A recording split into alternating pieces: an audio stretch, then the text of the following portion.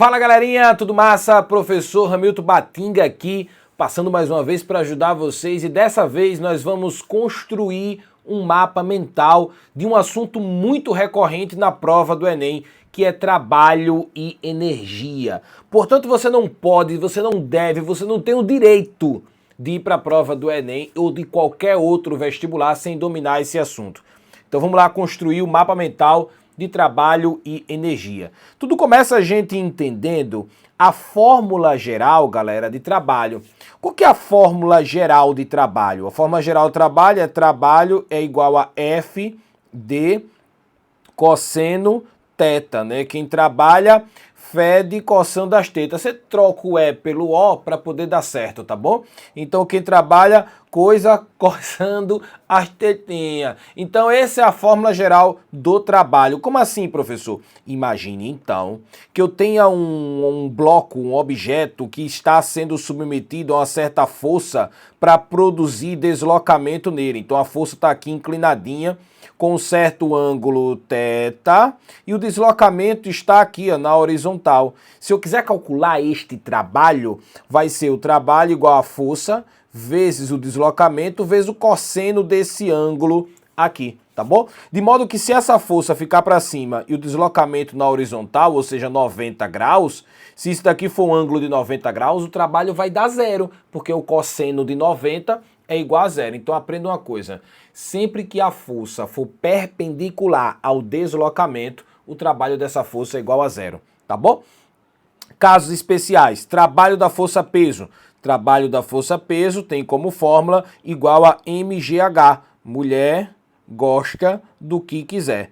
Só que os trabalhos da força-peso é mgh com um sinal positivo ou sinal negativo, vai depender de quê? Se o objeto estiver descendo, automaticamente o trabalho da força-peso vai ser positivo, mas se o objeto estiver subindo, vai ser negativo. Então vai ser positivo na hora que ele desce e vai ser negativo na hora que ele sobe. Então o trabalho da força-peso é positivo quando desce, negativo quando sobe. Não importa a trajetória, se é essa daqui, se vai ser essa daqui, porque o trabalho da força-peso não depende da trajetória, só depende do deslocamento. Então esse trabalho nesse caminho 1 é o mesmo trabalho nesse caminho 2, que é o mesmo trabalho neste caminho 3 também, tá? Repito, o trabalho da força-peso não depende da trajetória, só depende do deslocamento. Beleza? Tranquilo.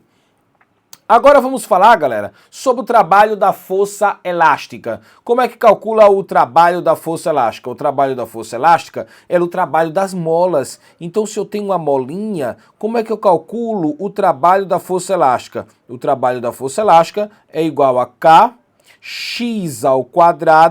dividido por 2. Kx² sobre 2. Esse K é a constante elástica da mola e esse X, galera, é a deformação da mola, tá bom? Então, para lembrar, o trabalho da força elástica, caramba, Xuxa, 2 em cima, 2 embaixo, tá bom? Então, essa é a fórmula do trabalho da força elástica. Beleza, o que mais? Como calcular o trabalho da força de atrito, trabalho do FAT? O trabalho da força de atrito, gente, é um trabalho resistente, porque, via de regra, a ideia é a seguinte: você tem um bloco, você faz uma força nesse bloco, por exemplo, para a direita, mas o atrito está para a esquerda, contrário ao deslocamento dele. Então, se ele está tentando se deslocar para a direita, o atrito tem que estar para a esquerda. Então, o atrito, na verdade, é um trabalho resistente. Trabalho resistente é aquele que atrapalha o processo acontecer, tá bom? E como é que calcula, minha gente, o trabalho da força de atrito? O trabalho da força de atrito segue a lógica, né? Sempre a lógica é força vezes deslocamento. Aqui não fugiu a lógica não, tá? No caso do trabalho da força-peso, também é força vezes deslocamento. Só que qual é a força? Peso. E qual o deslocamento? Altura. Então por isso que o trabalho da força-peso é peso vezes altura. Só que o peso é massa-gravidade. Por isso que o trabalho da força-peso é mgh. Então não fugiu a regra não. Aqui não vai ser diferente. O trabalho da força de atrito é a força de atrito vezes o deslocamento do corpo. Só que a força de atrito é contrária ao movimento. Então faz mais sentido eu dizer que o trabalho da força de atrito é negativo, ele é resistente. Então, o trabalho do FAT vai ser igual a FAT, que é a força de atrito, menos μ vezes normal vezes o deslocamento. É assim que calcula o trabalho da força de atrito. Eu só substituí a fórmula da força de atrito como μ vezes normal, tá bom?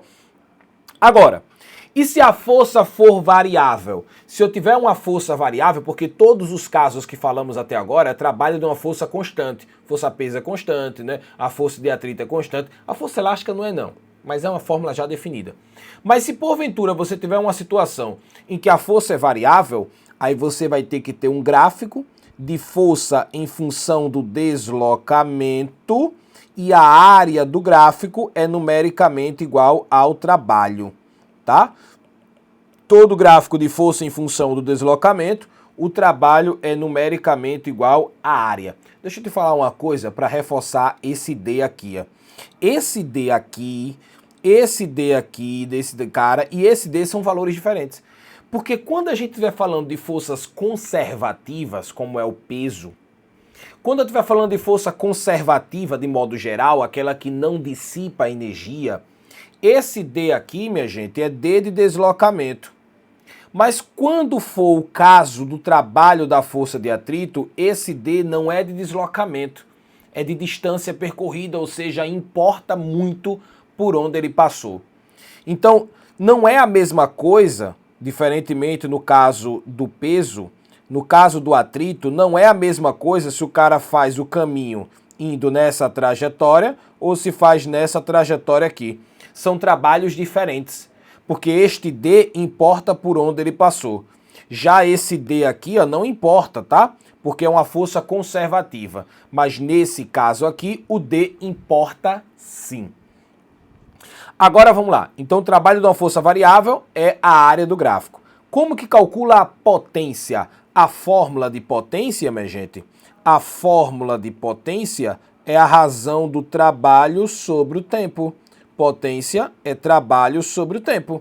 Então é a fórmula de potência, tá? Se você deixar esse trabalho em watts, esse tempo em segundos, essa potência aqui vai ficar em watts por segundo. E watts por segundo é a mesma coisa, perdão, aqui é joules, troquei aqui, aqui é joules, me empolguei. Aqui é joules e aqui é joules por segundo. Aí por isso que ia ficar watts, tá certo? Corrigido aqui a situação. Por isso que aqui ia ficar watts. Beleza? Muito bem.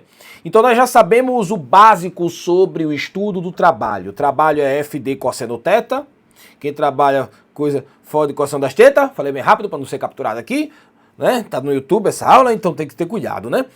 E aí, no caso da força peso, MGH, no caso da força elástica, caramba, Xuxa, 2 em cima, 2 embaixo, no caso do atrito, força de atrito vezes deslocamento com sinal negativo, no caso do trabalho de uma força variável, tem que ter um gráfico de força, deslocamento e a área vai dar o nosso trabalho, a potência é o trabalho sobre o tempo. Beleza. E agora, professor, o que é que a gente vai falar que é mais importante aqui que você considera? A outra coisa que vamos falar, gente, é sobre energia mecânica. Existem 3 energias para representar a energia mecânica. A energia cinética, a energia potencial gravitacional e a energia potencial elástica. Vamos ver a diferença dessas 3.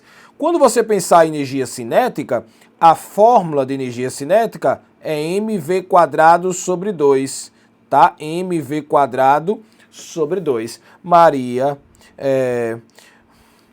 para não falar a palavra feia, né? Maria Valéria, 2 em cima, 2 embaixo. Pronto. Agora, quando pensar de energia potencial gravitacional, é essa energia cinética, tá? Essa daqui, ó, é a energia cinética. Agora, quando pensar de energia potencial gravitacional, aí a fórmula de energia potencial gravitacional é mgh. Tá? A mesma fórmula do trabalho da força-peso. E quando for pensar em energia potencial elástica, é a mesma fórmula do trabalho da força elástica. Caramba, Xuxa, 2 em cima, 2 embaixo. Olha o gatilho. Quando pensar em elástico, pense em molas. Quando pensar em potencial gravitacional, pense em altura. Quando pensar em cinética, pense em velocidade. Mas não esquece, galera, que a energia mecânica é a soma de todas, da cinética, mais a potencial gravitacional, mais a potencial elástica. Essa é a fórmula de energia mecânica, é a soma de todas. Agora, se a questão falar de sistema conservativo, é aquele que não tem atrito, não dissipa energia. Se o sistema for conservativo, você pode dizer que a energia mecânica do sistema é a mesma em todos os pontos que você trabalhe. A energia mecânica do ponto A é igual à energia mecânica do ponto B, que é igual à energia mecânica do ponto C, e assim vai, porque o sistema é conservativo.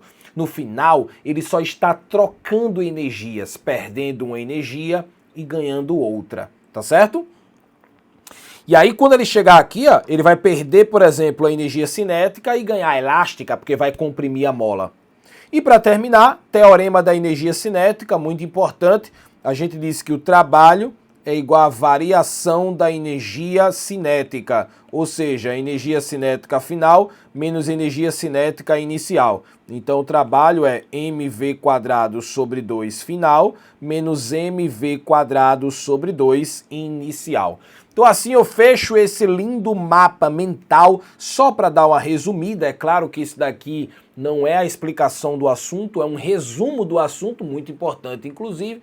Então, portanto, você não deve se conter com isso. Tem que aprofundar, tem que treinar, tem que fazer questões, tá bom? Então vamos para a próxima, vamos embora? Valeu, galerinha!